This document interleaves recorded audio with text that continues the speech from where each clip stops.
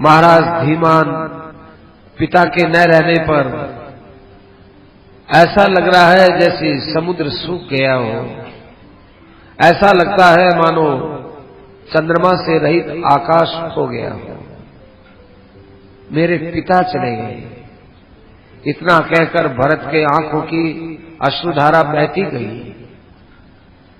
भरत जी महाराज ने एक वस्त्र लिया और उसको अपने मुंह पर रखा और बार बार अपने आंखों को पूछ रहे, लेकिन अश्रुधारा रुक नहीं रही है। इस प्रकार से देख करके माता ने अपने पुत्र को गोद में लिया। चंद्रमा के समान जिसका मुख था, ऐसे भरत को अपने गोद में लेकर उसको सहलाते हुए कहा, बेटा उठो। बुद्धिमान पुरुष होने वाली बात पर विचार नहीं करते हैं, वो आगे किए जाने वाली बात पर विचार किया करते हैं। तुम्हारे जैसे पुत्र इस प्रकार से शोक नहीं करते हैं। तुम बड़ी सभा के अंदर बैठने वाले हो, तुम बड़े दान के अधिकारी हो, यज्ञ के अधिकारी हो, शास्त्र के अधिकारी हो, तपस्या के अधिकारी हो। तुम्हारी बुद्धि बड़ी तीक्ष्ण है भरत। तुम्हारी बुद्धि में शोक का क्यों प्रवेश किया? बेटा भरत, शोक मत करो। लेकिन भरत कहां मानने वाले। भरत तो अपने भूमि के ऊपर ही सिर रख दिए और विलाप करते रहे, विलाप करते रहे। ओहो, कितना अच्छा होता मां, ध्यान से सुनना। भरत जी कह रहे हैं कि हे मां, कितना अच्छा होता कि महाराज दशरथ मरने से पहले पहले राम का राज्याभिषेक कर देते। मैं उस यज्ञ को देखता, राम के हाथ अपने हाथों से राम का तिलक करते और मैं अपनी आंखों से उसको देखता, और फिर ये अपनी जीवन यात्रा पूरी करते तो दशरथ जी महाराज का जीना पूरा सफल हो जाता। आज मेरा हृदय फट रहा है मां कि राम जी को उन्होंने युवराज पद पर क्यों नहीं बैठाया है। ओहो, समय समय की बात है। मां, पिताजी की क्या बीमारी हो गई थी? वो किस बीमारी से मरे थे? ओहो मां, मेरे बड़े भाई राम के चरणों में प्रणाम है। मेरे भाई लक्ष्मण के चरणों में मैं प्रणाम करता हूं। है मुझसे छोटा लेकिन मुझसे बड़ा भाग्यशाली है। उन्होंने पिता का अंतिम संस्कार किया है। धिक्कार है मुझे कि पिता के शव को भी मैं नहीं देख सका। मां, जब कभी भी मैं यहां तुम्हारे महल में आता था तो मेरे पिता कैसे उछल करके मुझे गोद में बैठाते, मेरा माथा सूंघते। आज मेरे पिता का वो प्यार भरा हुआ हाथ कहां गया जो मेरे सिर के ऊपर रहा करता था। मैं भी तो बालक था, कभी कभी पिताजी के हाथ से अपना हाथ छुड़ाकर मिट्टी में लोटपोट होता तो कहता, बेटे मिट्टी लग गई, तुम्हारी मिट्टी झाड़ देता हूं। वे अपने हाथों से मेरी मिट्टी झाड़ते थे। जो मुझे बहुत स्नेह देते थे, वे पिता आज चले गए, अधूरा काम करके गए। ठीक है मां, होना सो होता है। तुम जल्दी अपने सेवकों को सूचित करो कि मैं राम के महल में जाना चाहता हूं और राम के चरणों में मैं प्रणाम करना चाहता हूं। पिता के बाद तो अब मेरे लिए पिता राम ही है। हाँ के कही माता, अरे मैं तो, तुम सच कहती हो, मुझे शोक नहीं करना चाहिए। पिता मरे हैं तो राम के पिता मरे, भरत के पिता थोड़े ही मरे हैं। भरत के पिता राम तो अभी बैठे हुए हैं। नहीं नहीं, मैं दशरथ जी के लिए शोक नहीं करूंगा। सूचना दे रहा हूं कि मैं राम जी के महल में आ रहा हूं, राम जी के चरणों में प्रणाम करना चाहता हूं। मैं उनका दास हूं, मैं उनका पुत्र हूं, उनका सेवक हूं। पिता का जो बड़ा लड़का होता है वो अपने भाइयों के लिए पिता के समान ही होता है। इस बात को राम जी खूब अच्छी तरह से जानते हैं। मां वो धर्मशील है। आओ, जाते जाते पिता ने क्या बात कही? मां एक बात तो बताओ, उनकी अंतिम बात क्या थी? उन्होंने मेरे लिए भी कोई बात कही कि भरत आवे तो तुम भरत को ये बोल देना, वो बोल देना, कुछ बात कही? कैकेयी ने कहा कि हाँ, कुछ बात कही थी। क्या कहा? वो बोल रहे थे कि हे राम, हे लक्ष्मण, हे सीते, तुम इस संसार में बड़े महापुरुष थे। ऐसे करके वो जोर जोर से राम के, लक्ष्मण के और सीता के नाम लेकर उनके वियोग में छटपटा रहे थे। जिस प्रकार बहुत थोड़े पानी में बड़ी मछली छटपटाती है, ऐसे दशरथ जी महाराज अपने परिवार के बीच में राम और लक्ष्मण के, सीता के वियोग में छटपटा रहे थे। और काल धर्मम परिक्षिप्त, जाने क्या उनका काल आया कि वो छटपटाहट में उनके प्राण निकल गए। और मरते मरते ये कहा, तुम्हारे पिता ने कहा कि ओहो, बड़े भाग्यशाली हैं वे लोग जो 14 बरस तक जीवित रहेंगे और राम का अयोध्या में प्रवेश देखेंगे और राम को राज्यासन पर विराजमान होकर उनके राज तिलक का दर्शन करेंगे, जो लक्ष्मण का दर्शन करेंगे, जो सीता के दर्शन करेंगे। बड़े भाग्यशाली वे पुरुष होंगे। क्या बात हुई मां, ये क्या बोल रहे हो? मैं एक शोक से तो अभी उबरा ही नहीं हूं, दूसरी बात क्या है? राम यहां नहीं है, सीता भी नहीं है, लक्ष्मण भी नहीं है। कौशल्या के आनंद को बढ़ाने वाले राम सीता और लक्ष्मण को लेकर कहां गए? क्या बात हुई? मां, ये एक साथ विपत्ति की बातें तुम कैसे कह रही हो? मां, मैं बहुत छोटा बच्चा हूं, मैं इतनी विपत्ति की बात सुन नहीं सकता हूं। विपत्ति के पहाड़ में दब जाऊंगा मां, मेरा हृदय फट रहा है। क्या बात हो रही है अयोध्या में? हाँ भरत, मैं तुमको सत्य बात बोलती हूं। वे तुम्हारे बड़े भाई दशरथ जी के बड़े लड़के वल्कल वस्त्र पहन करके यहां से दंडकारण्य की ओर भेजे गए हैं। साथ में लक्ष्मण उनकी सेवा में गया है और पातिव्रत्य का धर्म निभाने वाली सीता भी उनके साथ है। भरत जी ने कहा कि दंडकारण्य में तो उसको भेजते हैं कि जो राजकुमार चरित्रहीन होता है, जो शुभ आचार से हीन होता है, निकृष्ट कर्म करने वाला होता है, पापी होता है, अन्यायी होता है, दुराचारी होता है, वो दंडकारण्य में भेजा जाता है। मां, क्या राम ने किसी ब्राह्मण का धन ले लिया या किसी धनी व्यक्ति का धन चुरा करके उसको गरीब बना दिया?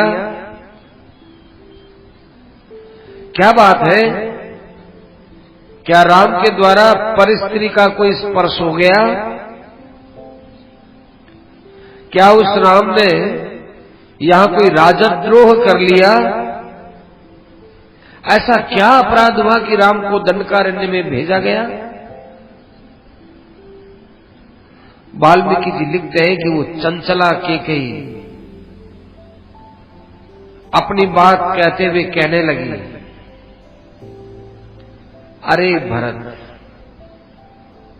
तुम जरा किसी बात की गहराई में तो जाओ। राम ने न तो ब्राह्मण का धन चुराया है और कच्चिन नाड्यो दरिद्रोवा, न किसी धनी आदमी को उसने गरीब बनाया है और न निष्पाप को उसने मारा है और न राम कभी अपनी आंखों से परस्त्री को देखता भी है। बात कुछ और है। तो फिर क्या बात है मां? इतना ना होते क्या बात हो गई?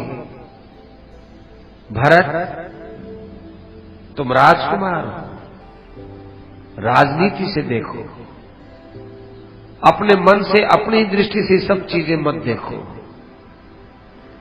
तुमको आदि से अंत तक मैं कथा बताऊंगा।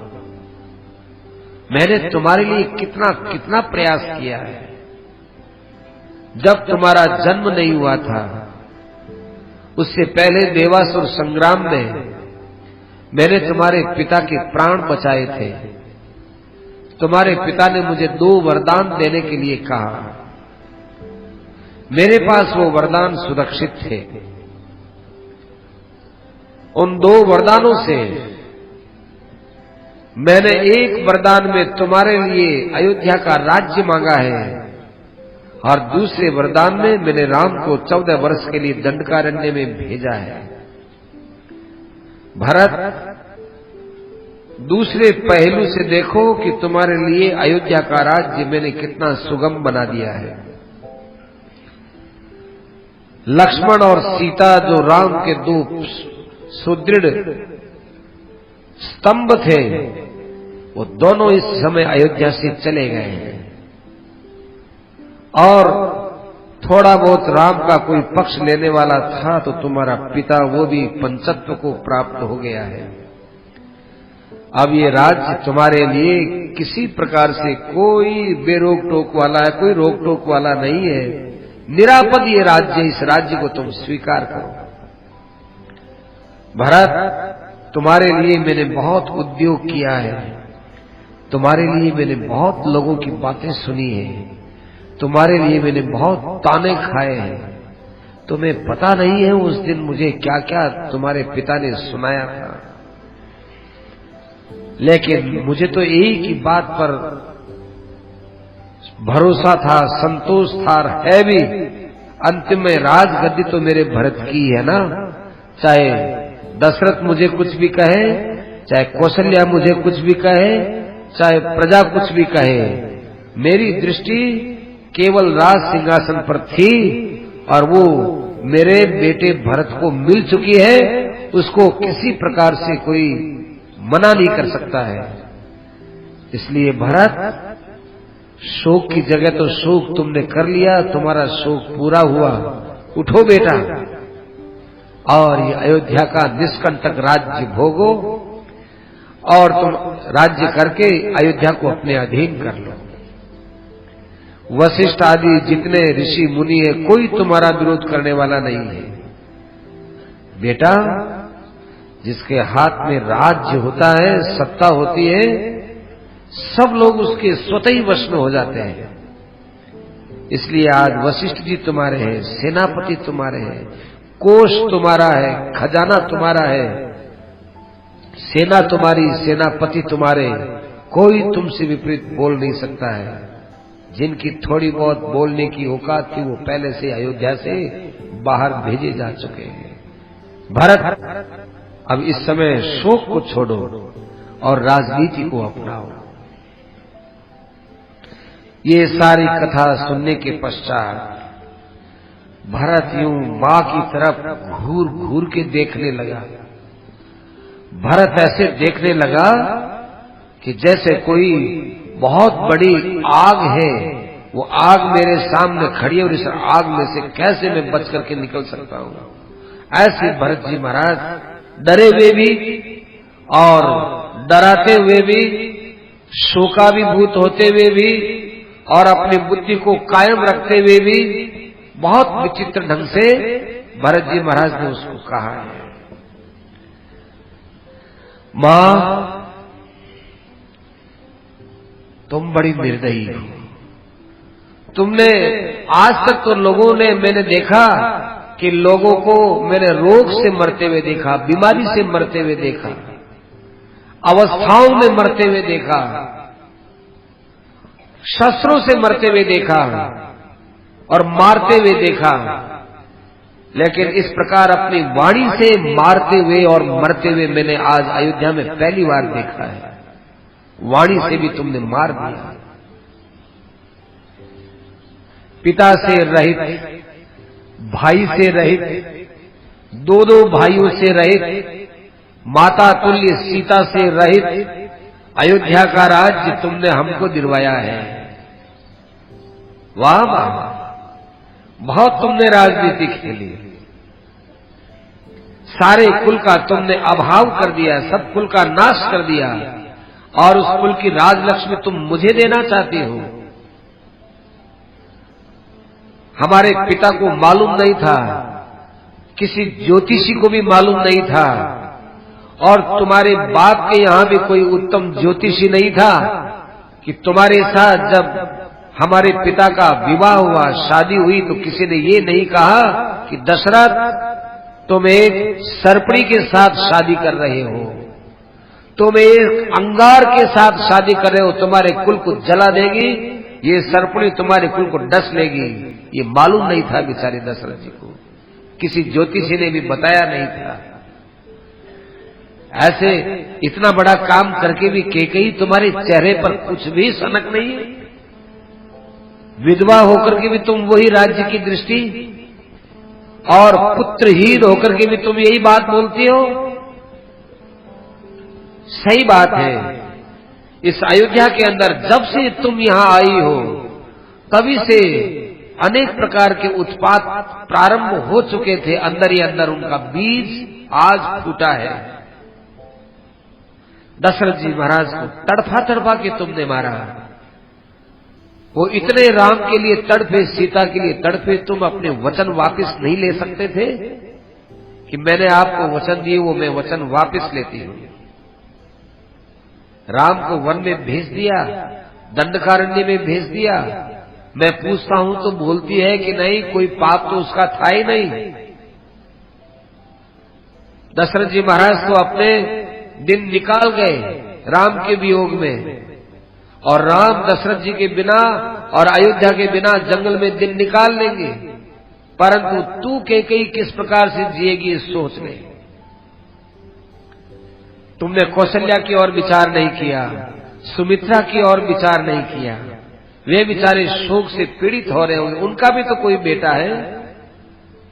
तुमको मैं जैसे प्रिय लगा हूं कि भरत मेरा बेटा है, क्या कौशल्या का राम बेटा नहीं था? क्या कौशल्या को ये बात अच्छी लगती नहीं थी क्या कि राम मेरा बेटा राजगद्दी पर बैठे? दुष्करम यदि जीवेताम प्राप्यत्वाम जननी मम। तुमको तो आप देख करके कौशल्या का जीवन और सुमित्रा का जीवन भी खराब हो गया। तुमको इस बात का ज्ञान ही नहीं है। तुमने मुझे भी नहीं पहचाना, तुमने राम को भी नहीं पहचाना, तुमने अपने पति को भी नहीं पहचाना। क्यों? क्योंकि तुमने धर्म को नहीं पहचाना। जो व्यक्ति धर्मात्मा होता है वो ही धर्म वृत्ति को जान सकता है। तथा ज्येष्ठा ही मेरी बड़ी मां कौशल्या है, और उस कौशल्या ने सदा तुम्हारे साथ छोटी बहन जैसा बर्ताव किया है, और उस कौशल्या ने सदा मुझे राम से ज्यादा प्यार दिया है। ऐसे कौशल्या के पुत्र को तुमने वनवास में भेज दिया, वल्कल वस्त्र पहनाकर भेज दिया। आहो कथम पापम न सोच से, हे पापिनी, तुमने लेश मात्र भी विचार नहीं किया इस बात पर। जिसके अंदर कोई गलती नहीं, जो शूरवीर है, जो शुद्ध अंतःकरण वाला है, उसके लिए तुम्हारे मुंह से शब्द निकल कैसे गए? बोलते समय में तुम्हारी जिह्वा रुक क्यों नहीं गई? तुम्हारे जीभ के अंदर कीड़े क्यों नहीं पड़ गए? तुम्हारी जीभ उसमें कट करके बाहर क्यों नहीं आ गई? अपने वरदान को मांगते हुए तुमने अपने जीभ का बहुत बुरा दुरुपयोग किया है। राम और लक्ष्मण को तुमने राज्य से निकाला है, और मेरे लिए राज्य दिया है, तुमने संकल्प किया है ना, अब तो मैं कैकेयी इस संकल्प को उल्टा करके ही रहूंगा। उपासितो भूत धर्मात्मा मेरुर मेरु वनम यथा। महाराज दशरथ जी महाराज कितने समझदार थे। राम जी को उन्होंने राज्याभिषेक के लिए तैयार किया, बहुत समझदारी का काम था। देखो कभी कभी अपने से पैदा होने वाला ही अपने पर सवार हो जाता है। तुम्हारे लिए इस अयोध्या के अंदर मैं ही भारी पड़ूंगा, क्योंकि कोई भारी नहीं पड़ेगा। सुमेरु पर्वत कितना ऊंचा है, परंतु सुमेरु पर्वत के ऊपर जंगल होता है, जंगल। वो जंगल ही सुमेरु पर्वत के लिए भार हो गया। तो मैं ही तुम्हारे लिए यहां अयोध्या में सबसे बड़ा भार हूं। और तुमने ये नहीं सोचा कि राम के बिना और दशरथ के बिना मेरा बेटा भरत किस प्रकार से राज्य को संभालेगा। एक छोटा सा बछड़ा हो, उसके ऊपर बैल वाला वजन डाल दे, छोटा सा बछड़ा, और बैलों से भरा हुआ गाड़ा, जो बैल ले जाते हो, बोरियों से भरा हुआ गाड़ा जिसको बैल ले जाता है, उसके बछड़े को जोत दे, बछड़ा ले जाएगा। क्या मैं दशरथ जी की जगह और राम जी की जगह बैठ करके और राजगद्दी भोग लूंगा, राज चला लूंगा? नहीं कर सकता। परंतु देख के कि तेरी इच्छा तो मैं पूरी नहीं होने दूंगा, ये तो तू निश्चित मान के चल। यदि रामस्य नावेक्षेथा, यदि राम ने तुम्हें अपने ढंग से मां नहीं कहा होता तो हे कैकेयी आज मैं तुम्हारे साथ और ही बर्ताव करता, लेकिन तुमको राम ने अपनी मां कहा है। मुझे राम के शब्दों के ऊपर विचार करना है। तो बहुत पापिनी है तू, कुल कलंकिनी है, तूने हमारे कुल की मर्यादा का नाश किया है। हमारे इस कुल के अंदर बड़ा भाई होता है, वही राजगद्दी पर बैठता है, सनातनी रीति है। हमारे कुल में क्या, और कुल में भी तो ऐसा ही होता होगा। अरे तुम जिस पियर में रहे, तुम्हारा जो पियर है वहां पर क्या रीति है? क्या ये रीति है? क्या तुम्हारा बाप छोटे भाई के, तुम्हारा बाप तुम्हारे भाइयों से छोटा था क्या? जब तेरा बाप अपने भाइयों में बड़ा था इसलिए राजगद्दी पर बैठा है, तो दशरथ जी के भाइयों में भी राम बड़े हैं, तो वो यदि यहाँ राजगद्दी पर बैठते हैं तो तुमने क्यों हस्तक्षेप किया हमारे यहाँ? सब राजाओं में तो ये नीति है, लेकिन कैकेयी तेरे पीहर में क्या नीति होगी पता नहीं है। तूने हमारे कुल को भी डुबाया और अपने कुल को भी तुमने डुबाया। गतिवान विजानासी, तुमको पता नहीं है, सब राजघरानों का पता नहीं है। तुमने तो केवल यहाँ एक षड्यंत्रकारी राजनीति खेली है। ये राजनीति तुम्हारी सफल नहीं होगी। तुम्हारे अंदर ये बुद्धि का मोह कैसे पैदा हो गया? हो गया तो हो गया, लालच बढ़ गया, तुम्हारे अंदर लालच घुस गया, लेकिन तेरे मन की बात तो किसी हालत में पूरी नहीं करूंगा। ठीक है, मैं यहां से वन में जाऊंगा और राम के चरणों में गिर जाऊंगा। राम जी बड़े भोले और सीधे, मेरी बात को टालेंगे नहीं, और उनको मैं यहां अयोध्या ले आऊंगा, राजगद्दी पर बैठाऊंगा। और कैकेयी मैं वन में जाऊंगा या तुझे वन में निकाल दूंगा, लेकिन मैं राजगद्दी भोग करके तेरे मन की बात कभी पूरी नहीं करूंगा। इस प्रकार से भरत जी महाराज जोर जोर से बोलने लगे। कैकेयी उनके सामने कांपने लगी। कैकेयी आंख फाड़ करके देखने लगी। कैकेयी ने देखा कि अरे सारा काम भरत तो गड़बड़ कर रहा है। भरत जी महाराज ने फिर मां से कहा कि हे कैकेयी, तू हमारी अयोध्या से निकलने लायक है। तेरा व्यवहार बिल्कुल राक्षस जैसा है। धर्म के द्वारा तू अयोध्या से परित्यक्ता हो गई है। महामृतम रुदती भवय, आश्चर्य हो रहा है, तेरे पति मर गए हैं, तुझे तो बैठ करके रोना चाहिए, तू मुझे ये बात सुना रही है। एक बात बताओ कि तुम्हारा राम ने क्या बिगाड़ किया, तुम्हारा दशरथ जी ने क्या बिगाड़ किया? कि एक को तो मृत्यु दी गई, दशरथ जी को मृत्यु दी, और तुमने राम को वन में भेजा। कही तुमने किसी जन्म में भ्रूण हत्या जैसा पाप तो नहीं किया था?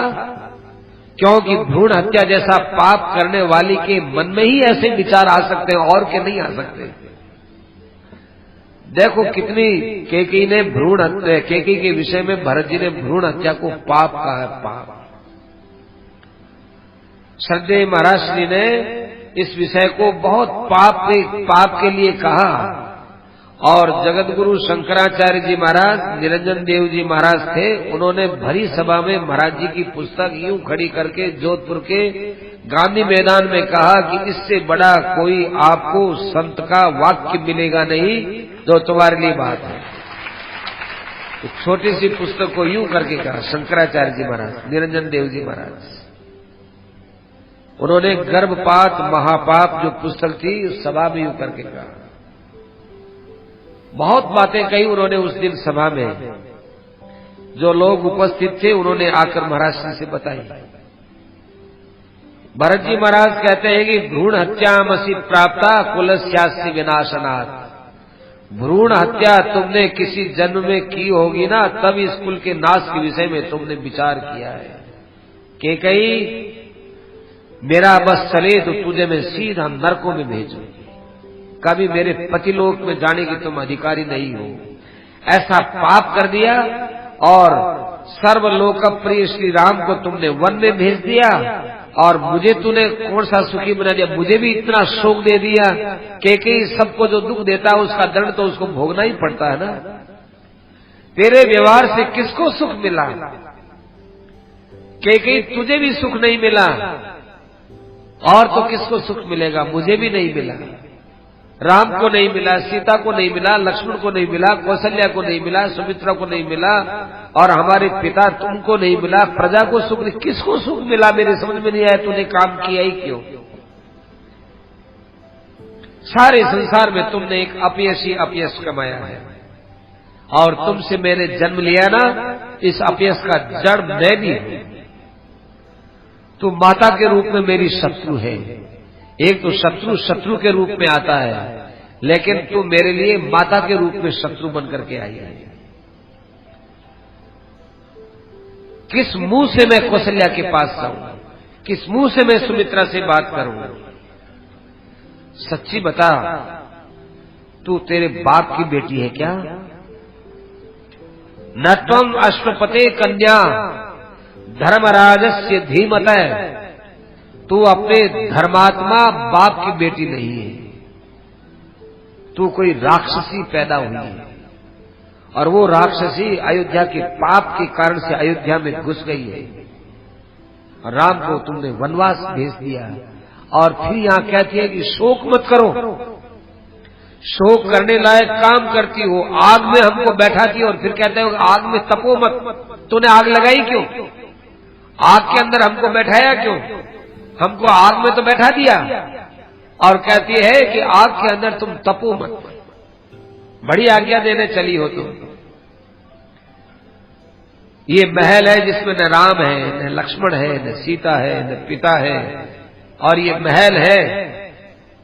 ठीक है, ठीक है कैकेयी, हम सब लोग यहां से निकल जाते हैं, सब निकल जाएंगे। हम सब प्रजा को बोल देंगे कि अपने सब लोग यहां से अयोध्या खाली करके चलो। फिर तो अयोध्या के अंदर बैठी रहना, न तो सेना रहेगी, न खजाना रहेगा, न सेनापति रहेंगे, एक केवल तुम रहोगी। अंग प्रत्यंगज पुत्रो हृदयाच्चा विजायते तस्मात् प्रियतरो मातु प्रिया एवतु बांधवा। बेटा सबसे ज्यादा प्रिय होता है।